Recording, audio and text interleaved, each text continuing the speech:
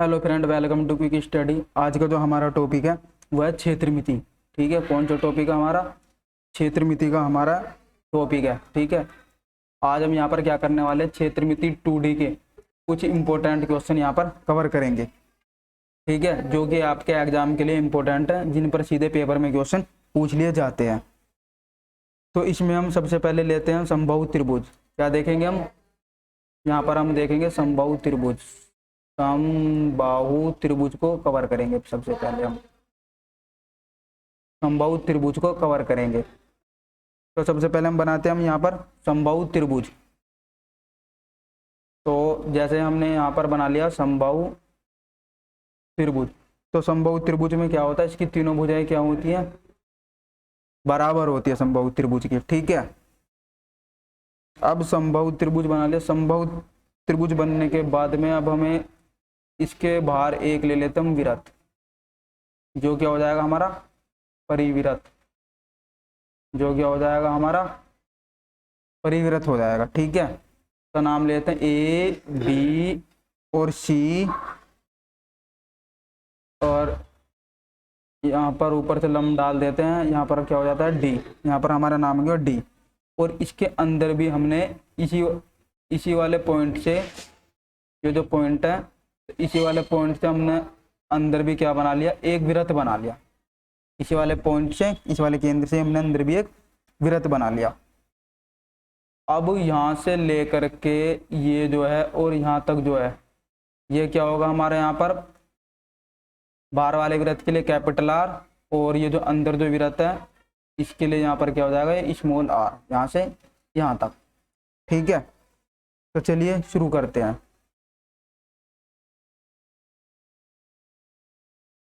तो अगर आपसे पूछा जाए कि समबाहु त्रिभुज का क्षेत्रफल, तो क्षेत्रफल से पहले हम आपको कुछ चीजें बता देते हैं।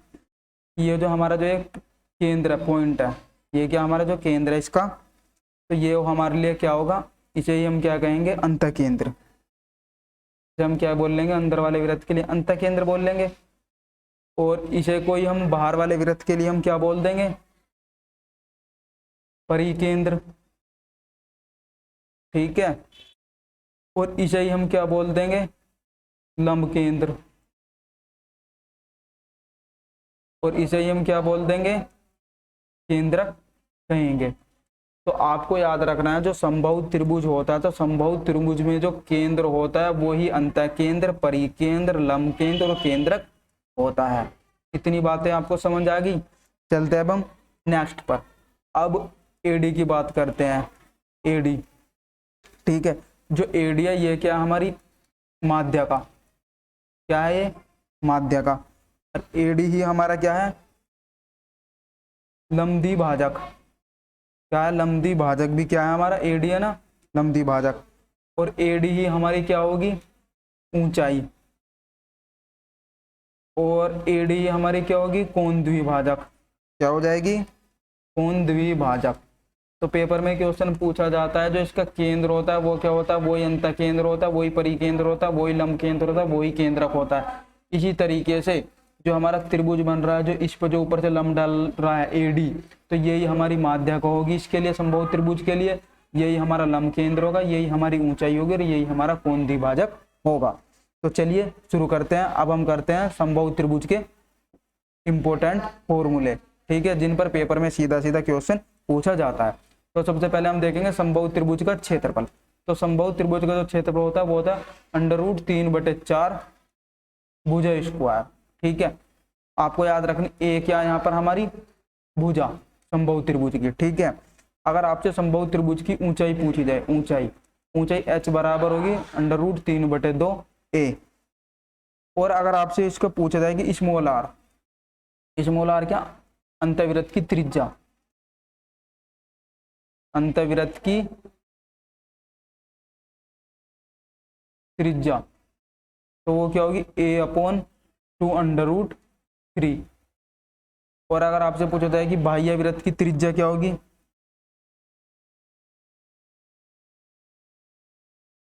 बाह्य विरत की त्रिज्या वो क्या हमारे यहाँ पर कैपिटल आर, तो वो क्या हो जाएगी a/√3।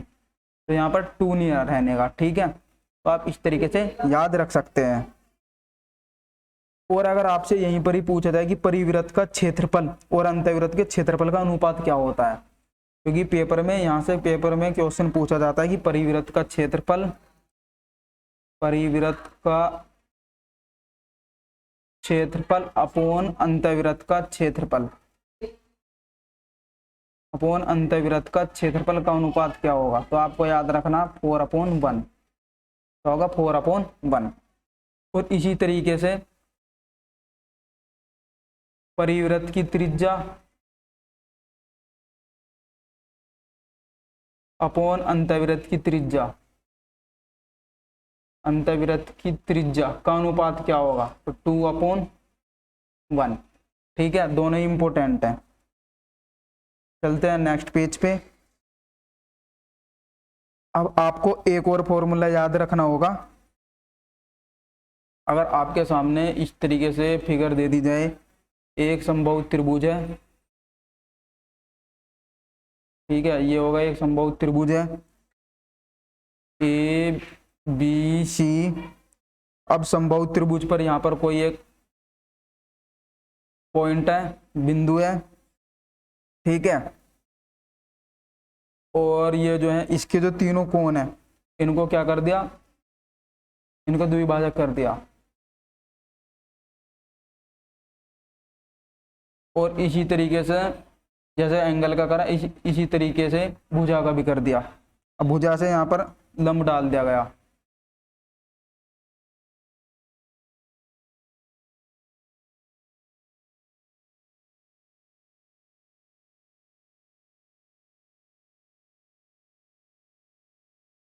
ठीक है, तीनों पर डाल दिया गया, P1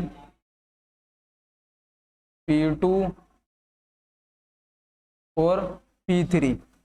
और इनकी भुजा क्या है सबकी, समबाहु त्रिभुज है तो तीनों भुजा क्या होंगी इसकी, तीनों भुजा क्या होंगी इसकी, बराबर होंगी। और यहाँ पर एक पॉइंट ले लिया D, यहाँ पर एक पॉइंट ले लिया गया D।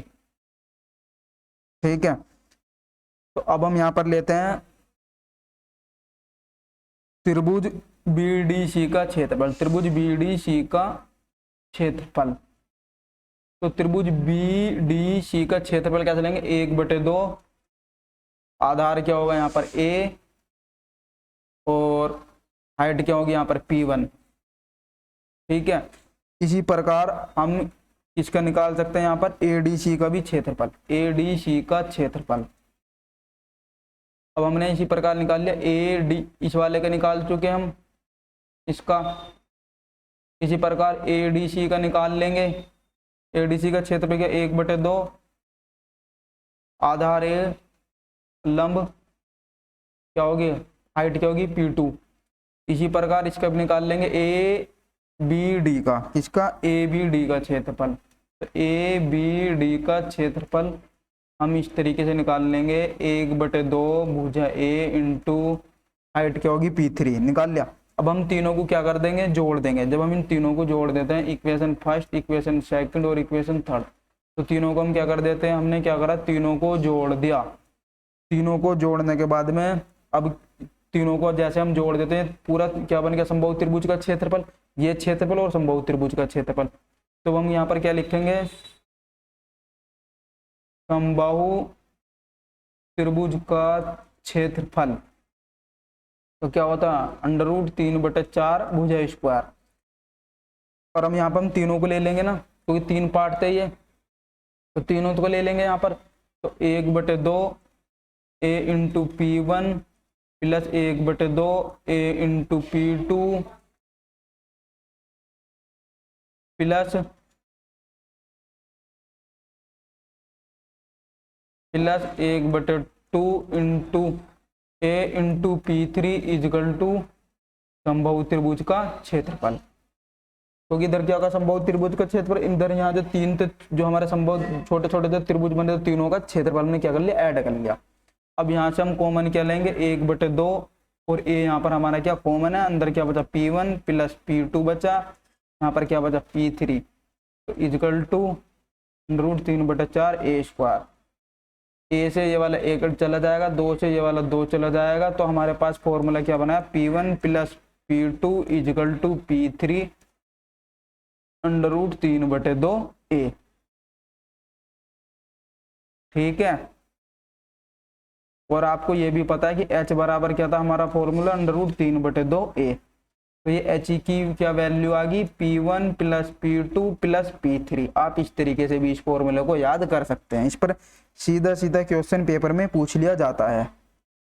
तो यहाँ पर हमारा समबाहु त्रिभुज कंप्लीट होता है। अब हम बात करते हैं समद्विबाहु त्रिभुज की। नेक्स्ट बात करेंगे हम समद्विबाहु त्रिभुज की।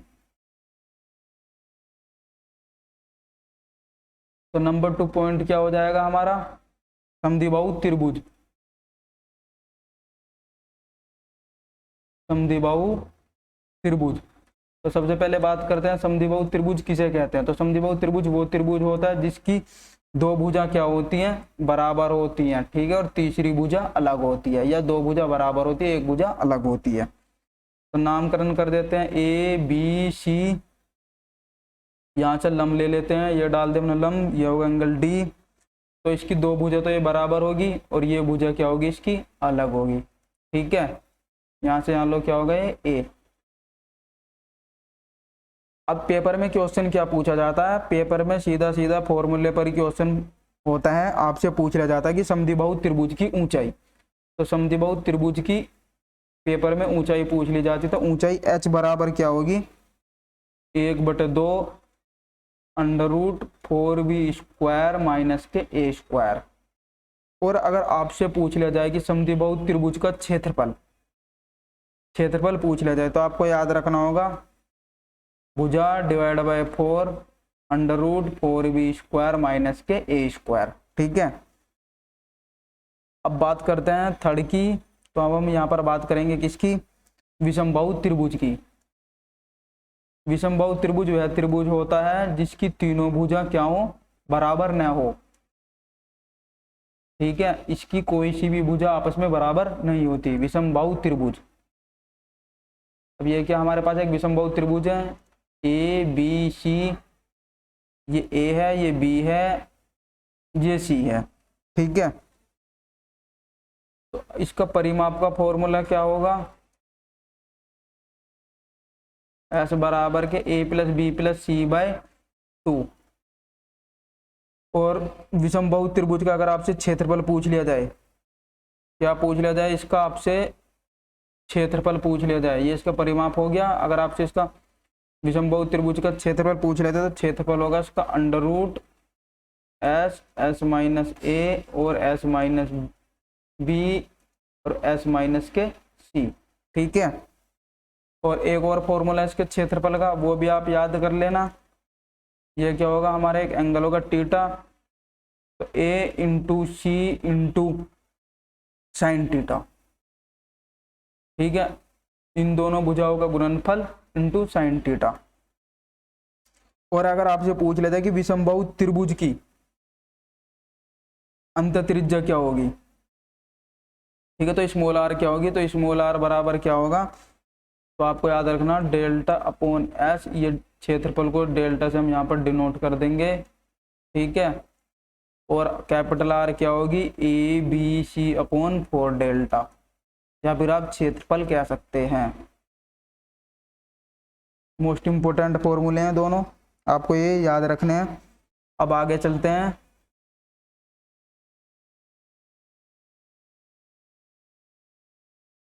अगर आपसे पूछ लेता है कि किसी समकोण त्रिभुज में बनने वाले बड़े से बड़े वर्ग की भुजा कैसे निकालेंगे,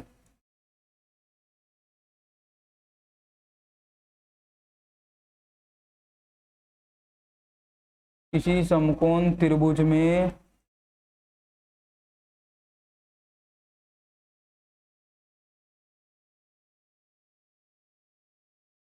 बनने वाले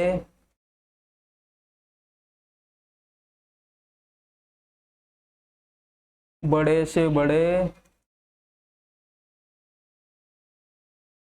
वर्ग की भुजा बताओ। ठीक है, तो इसके लिए आपके लिए एक फॉर्मूला है, वो आप नोट कर लीजिए। तो भुजा ए बराबर आधार इंटू लंब अपॉन आधार प्लस लंब। ठीक है, तो इस फॉर्मूले के द्वारा आप भुजा निकाल लेंगे। इसको भी आपको नोट करना होगा। अब हम बात करेंगे वर्ग की। ठीक है, अब हम बात किसकी करेंगे?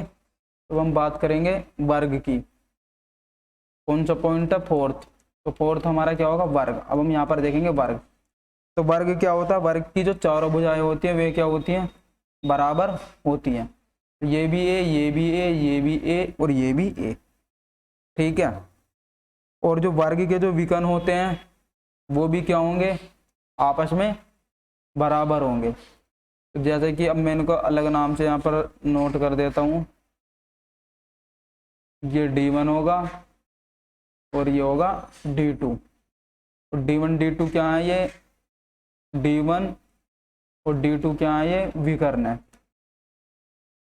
ठीक है, जैसे हम बाद में बताया कि इनके विकर्ण आपस में क्या होते हैं? बराबर होते हैं। और वर्ग की चारों भुजाएं भी क्या होती हैं? बराबर होती हैं। अगर आपसे पूछ लेते हैं कि वर्ग का क्षेत्रफल क्या होगा, तो वर्ग का क्षेत्रफल क्या होगा? भुजा स्क्वायर। और वर्ग का अगर आपसे परिमाप पूछा जाए तो वर्ग का परिमाप क्या होता है? 4a। और वर्ग के जो विकर्ण होते हैं वे आपस में कैसे होते हैं? बराबर होते हैं। और दो भुजाओं के बीच का जो एंगल होता है वो कितने डिग्री का होता है? 90 डिग्री का होता है। ठीक है, अब हम बात करते हैं नेक्स्ट यहाँ पर समचतुर्भुज की। इसकी बात करेंगे हम, समचतुर्भुज की।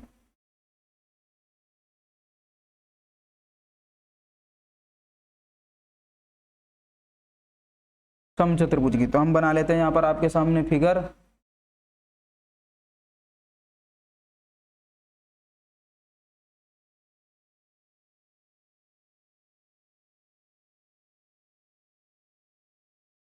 ठीक है, तो समचतुर्भुज की भी चारों भुजाएं क्या होती हैं? आपस में बराबर होती है।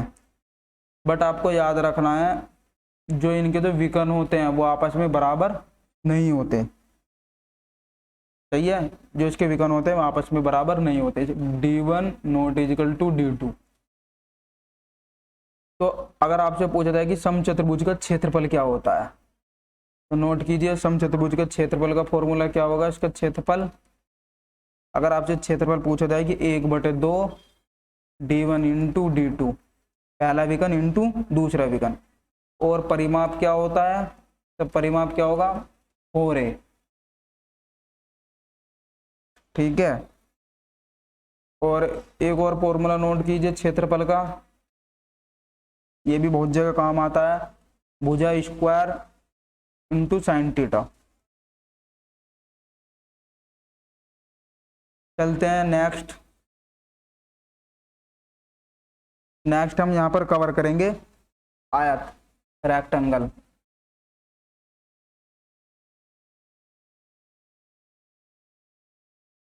तो आयत क्या होता है? आयत में आमने सामने की जो भुजा होती है वे क्या होती है? बराबर होती हैं। ठीक है,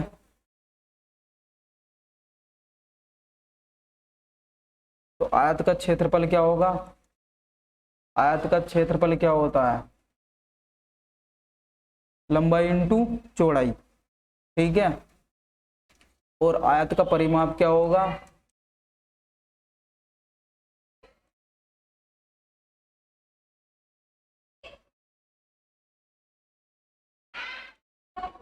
तो परिमाप क्या होगा? 2a plus b।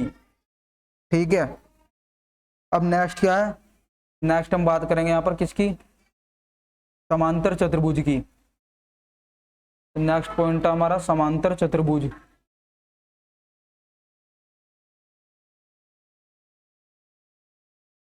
नेक्स्ट है समांतर चतुर्भुज। तो यहाँ पर बना लेते हैं हम समांतर चतुर्भुज।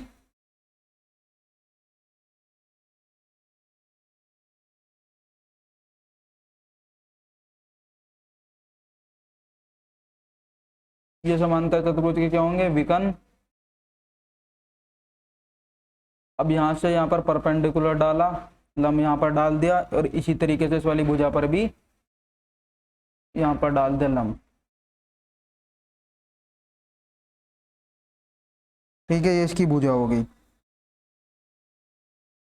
तो समांतर चतुर्भुज का अगर आपसे पेपर में क्षेत्रफल पूछ लिया जाता है, क्षेत्रफल पे क्वेश्चन ही आता है सीधा सीधा, तो समांतर चतुर्भुज का जो क्षेत्रफल है वो क्या होगा, तो वो क्या होता है आधार इंटू ऊंचाई। तो आधार क्या होगा ए और ऊंचाई क्या होगी एच, तो ए इंटू एच। और आप बोल सकते हैं कि आधार इंटू ऊंचाई। अब हम नेक्स्ट बात करते हैं समलंब चतुर्भुज की। नेक्स्ट हम बात करेंगे यहाँ पर किसकी, समलंब चतुर्भुज की। समलंब चतुर्भुज,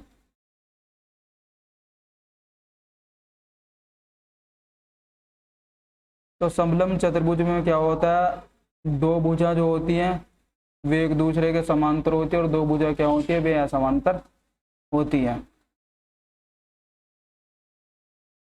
ठीक है, ये क्या होगी ए और ये क्या होगी यहाँ पर बी।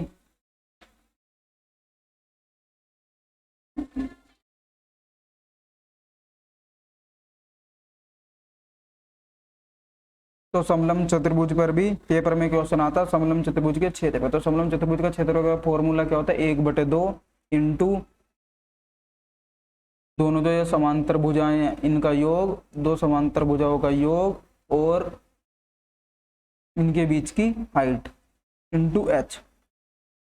ठीक है, तो चलते अब हम नेक्स्ट पर।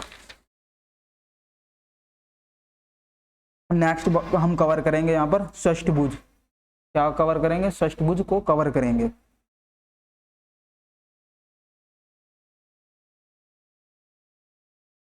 नोवा जो हमारा टॉपिक है वो क्या है यहाँ पर षष्ठभुज। षष्ठभुज पर भी बहुत पेपर में क्वेश्चन पूछे जाते हैं। तो हम यहाँ पर षष्ठभुज की फिगर नहीं बनाएंगे, बस आपको यहाँ पर षष्ठभुज के फॉर्मूले बता देंगे। तो षष्ठभुज के जो फॉर्मूले हैं, अगर आपसे पूछा कि षष्ठभुज का क्षेत्रफल, तो षष्ठभुज का जो क्षेत्रफल जैसे पता षष्ठभुज मतलब 6 भुजा जिसकी 6 भुजा हो। और यहाँ पर आप कर सकते हैं जो समबाहु त्रिभुज का जो क्षेत्रफल होता है वो इस तरीके से आप याद रख सकते हैं। और षष्ठभुज की अगर आपसे पूछा जाए कि षष्ठभुज के परिवृत्त की त्रिज्या क्या होगी, तो षष्ठभुज के परिवृत्त की त्रिज्या, तो षष्ठभुज के परिवृत्त की त्रिज्या क्या होगी कैपिटल आर बराबर क्या होगी जो षष्ठभुज की क्या होगी भुजा, भुजा के क्या होगी बराबर होगी।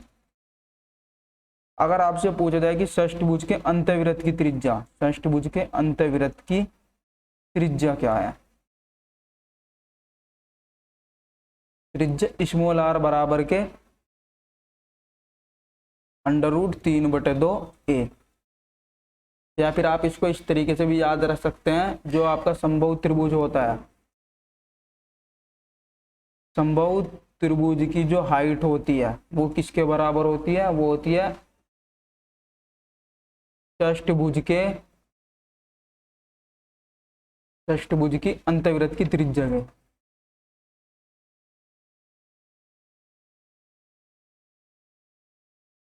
ठीक है, आप इस तरीके से भी याद रख सकते हैं। अब हमारा जो नेक्स्ट जो टॉपिक होगा वो क्या होगा बहुभुज, क्योंकि बहुभुज से भी पेपर में बहुत क्वेश्चन आते हैं। बहुभुज भी आपके लिए इंपॉर्टेंट है। बहुभुज, तो आज हम कुछ आपको इस तरीके के क्वेश्चन बताएंगे, यहाँ पर फॉर्मूले बताएंगे जिससे आप किसी भी बहुभुज किसी भी कोई कैसा भी बहुभुज हो उसके आसानी से क्वेश्चन को सोल्व कर सके। तो आपके सामने आप यहाँ पर लिखिए किसी भी बहुभुज की परिवृत्त की त्रिज्या, किसी भी बहुभुज की परिवृत्त की त्रिज्या,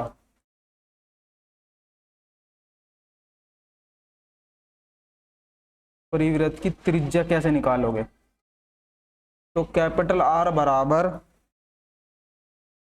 a/2, a क्या है यहाँ पर भुजा, cosec 180 degree upon n, n क्या भुजाओं की संख्या, ठीक है। सेकंड है किसी भी बहुभुज की अंतःविरत की त्रिज्या, अंतःविरत की त्रिज्या, तो अंतर्वृत्त की त्रिज्या क्या होगी, स्मॉल आर बराबर के a/2 cot 180 degree upon n. Next आपका फॉर्मूला थर्ड, यहां पर एन भुजा वाले किसी बहुभुज का क्षेत्रफल कैसे निकालें।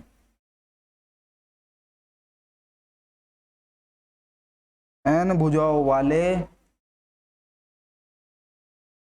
किसी भी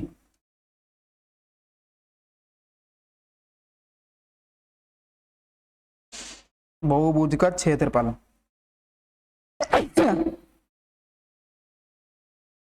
तो उसका फॉर्मूला क्या, एन, एन क्या भुजा, n a square by 4 cot 180 degree upon n, ठीक है। यहां से आप किसी भी क्या सभी बहुभुज हो, ठीक है, तो उन सभी के लिए फॉर्मूले हैं। आगे चलते हैं, फोर्थ पॉइंट,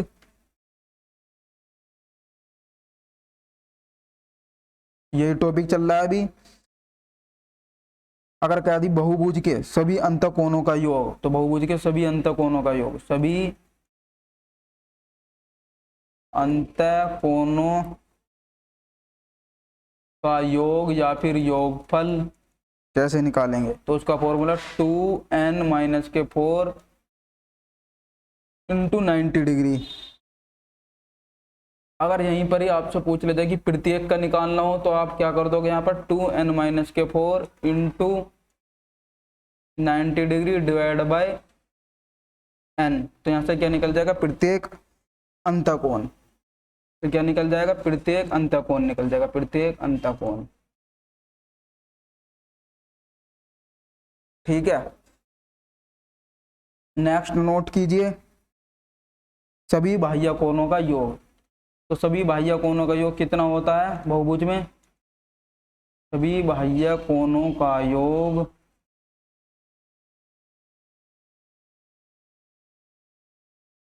360, ठीक है, कितना होता है, 360 डिग्री होता है। अगर यहीं पर ही आपसे निकालना पड़ता है प्रत्येक बाह्य कोण, आपको निकालना हो क्या, प्रत्येक बाह्य कोण, तो प्रत्येक बाह्य कोण कैसे निकालेंगे, तो 360 डिग्री अपॉन एन क्या भुजाओं की संख्या से क्या कर देंगे, हम इसे डिवाइड कर देंगे।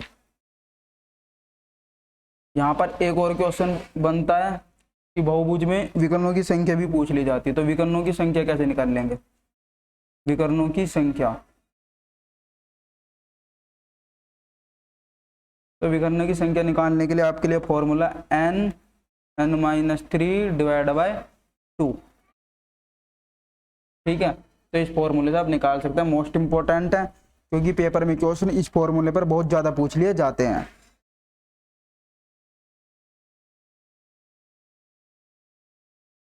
तो इस तरीके के आपके पेपर में क्वेश्चन पूछ लिए जाते हैं। तो आज के लिए हम यहीं पर ही स्टॉप करते हैं, ठीक है। अब हम मिलेंगे नेक्स्ट वीडियो में, वहां पर हम कवर करेंगे क्षेत्रमिति 3D के फॉर्मूले, ठीक है। अगर आपको हमारी वीडियो अच्छी लगी तो आप हमारी वीडियो को लाइक कीजिए। अगर आपने अभी तक हमारे चैनल को सब्सक्राइब नहीं किया तो आप हमारे चैनल को सब्सक्राइब कीजिए। और अगर आपने अभी तक वीडियो को अपने दोस्तों के साथ में शेयर नहीं किया तो वीडियो को अपने दोस्तों के साथ में शेयर कीजिए।